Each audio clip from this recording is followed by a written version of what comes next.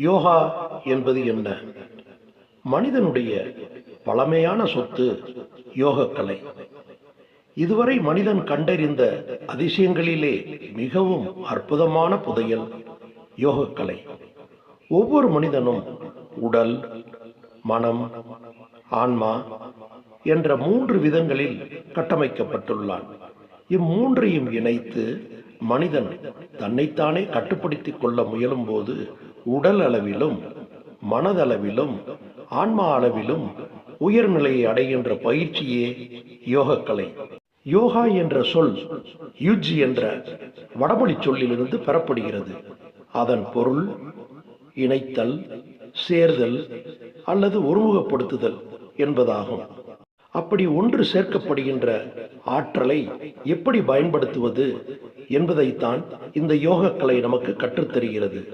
நமது ஆழ்ந்த நல்மனம் பிரபஞ்ச சக்தியுடன் இணைகின்ற அல்லது சேர்கின்ற முறை, அந்த பயிற்சியே யோக பயிற்சியாகும்.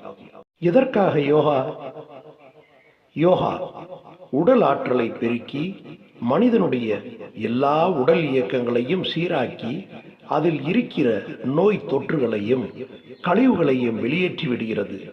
இதன் மூலம் மனிதன் உடல் அளவிலும் மன அளவிலும் மிகுந்த சக்தி படைத்தவனாகின்றான். ஏன் யோகா?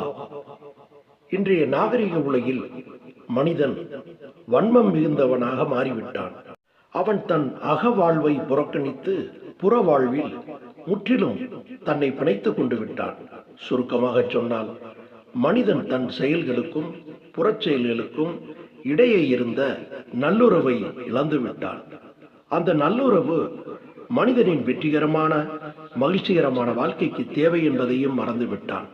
மிக அதிகமான மருந்துகளையும் நச்சுப்பொருள் கலந்த உணவுகளை பயன்படுத்தி விதிகளுக்கு முரணாக வாழ்ந்து கொண்டிருக்கிறான்.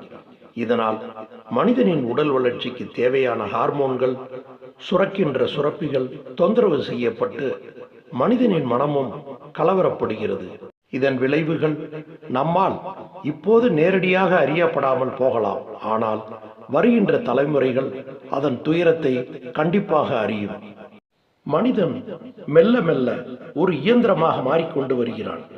இரும்பு நுரையீரல்கள், பிளாஸ்டிக் இதயங்கள் என்று நவீன விஞ்ஞானத்தின் அடிமையாகி கொண்டு வருகின்ற அவன் அவற்றின் தயவில் தன் வாழ்நாளில் 2-3 வருடங்களை நீடித்து கொண்டே மறுபடியும் தன் ஞானமற்ற வாழ்க்கையை வாழ்ந்து கொண்டு வருகிறான்.